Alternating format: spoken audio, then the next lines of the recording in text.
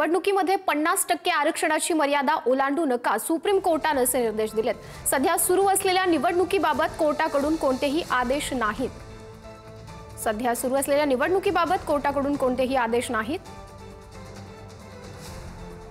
Election प्रोग्रामवर जे काही परिणाम होईल ते महत्त्वाचं असं आहे की साधारणतः 10 जिल्हा परिषदा 32 जिल्हा परिषदांच्या निवडणुका आहे।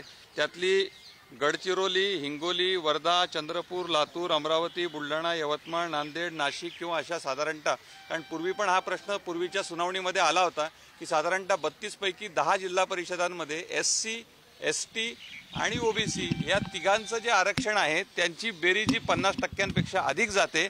त्यामुळे या सगळ्या जिल्हा परिषदांमधल्या निवडणुकांच्या कार्यक्रमामध्ये सर्वोच्च न्यायालयाने असं स्पष्ट केलं होतं की त्या सगळ्या OBCच्या जागा ट्रिपल टेस्टमुळे रद्द करून त्या ओपन कॅटेगरीसाठी त्यावेळी देता येतील की काय, असा एक प्रश्न त्यावेळेस निर्माण झाला होता। त्याचप्रमाणे जे ऑनगोईंग कार्यक्रम त्यावेळेस निवडणुकीचे झाले होते त्यामध्ये सुद्धा जेवढे OBCचे रिझर्वेशन होतं त्याला ओपनला कन्वर्ट करून सर्वोच्च न्यायालयाने निवडणुका घ्यायला सांगितलं होतं, कारण ट्रिपल टेस्ट त्यावेळेस पूर्ण झालेली नव्हती। ती ट्रिपल टेस्ट पूर्ण करून बांटिया कमिशनचा एक अहवाल सर्वोच्च न्यायालयासमोर आज ठेवण्यात आला होता आणि 20 जुलै 2022ला सर्वोच्च न्यायालयाने त्याला हिरवा कंदील दिला होता। त्यानंतर सर्वोच्च न्यायालयाने 6 मे 2000 या संदर्भात अधिक जाणून घेऊयात। प्रतिनिधी शिवाजी काळे आपल्याशी जोडले गेलेले आहेत। शिवाजी, महत्त्वाची अशी अपडेट आहे, निवडणुकीमध्ये 50% आरक्षणाची मर्यादा ओलांडू नका अशी सुप्रीम कोर्टाकडून टिप्पणी केली गेली आहे। आणि त्यासाठी आज जे कराटे साहेबांनी असं सांगितलं त्या पद्धतीने सर्वोच्च न्यायालयाने आज आदेश दिलेले आहे। त्याच्यामध्ये असं म्हटलेलं आहे, तुम्हाला निवडणुका घ्यायच्या तर घ्या, आम्ही निवडणुकाच्या कार्यक्रमामध्ये हस्तक्षेप करत नाही। मात्र आमचा जो घटनापीठाचा आदेश आहे KK कृष्णमूर्तींचा त्याच्यामध्ये हस्तक्षेप करू नका, 50%ची मर्यादा ओलांडू नका असं म्हटलेलं आहे। एकंदरीत जर आपण पाहिलं तर यामध्ये एक महत्त्वाचा मुद्दा आहे की आम्ही निवडणूक आयोग ही स्वायत्त बॉडी आहे, त्याच्यामध्ये आम्ही हस्तक्षेप करत नाही। पण तुम्ही समजून घ्या, आम्ही जे आदेश दिलेले आहेत आम्ही कुठेही असं म्हटलेलं नाहीये 6 मे 2025ला की तुम्ही आरक्षणाची मर्यादा 50%च्या वरती ओलांडा।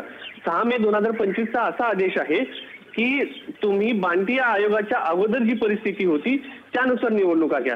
बांटिया आयोग म्हणजे काय आहे तर राज्यामध्ये ट्रिपल टेस्ट न घेता स्थानिक स्वराज्य संस्थांच्या निवडणुका होत होत्या।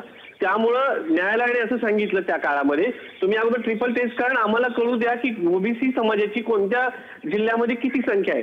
त्यासाठी राज्याचं पूर्ण OBCचं आरक्षण रद्द करण्यात आलं। त्यानंतर असं झालं की राज्य सरकारने बाटिया नावाचा एक आयोग नेमला, त्या आयोगाचा अहवाल घेतला आणि त्यानुसार राज्यातील स्थानिक स्वराज्य संस्थांच्या निवडणुकांमध्ये आरक्षण जे आहे ते लागू झालं। आता प्रश्न असा होता की जेव्हा 6 मेला न्यायालयाने असं म्हटलं की बाटिया आयोगाच्या अगोदरच्या परिस्थितीनुसार निवडणुका घ्या, त्यावेळेस तर राज्यामध्ये आरक्षण नव्हतं।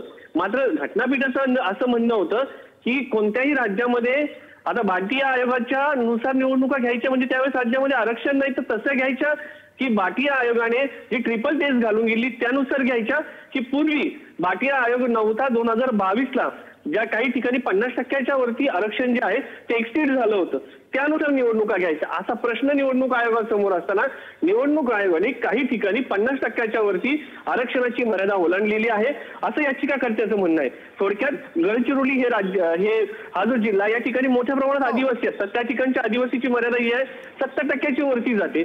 त्याच्यानंतर 27% हे साधारणपणे जर विचार केला तर OBCचं आरक्षण मग 80-90% अशा पद्धतीने आरक्षण होतं। अशा ठिकाणचे आरक्षण देता येत नाही। 50% ज्या ठिकाणी SC STचं आरक्षण आहे त्या ठिकाणी वरील आरक्षण देता येत नाही। त्यामुळे हा प्रश्न आहे। आता निवडणूक आयोगाने जे सांगितलं आहे आम्ही प्रोसिजरमध्ये हस्तक्षेप करत नाहीये, मात्र तुम्ही याच्यामध्ये दुरुस्ती करा। नक्कीच शिवाजी, धन्यवाद आपण दिलेल्या या सर्व माहितीसाठी।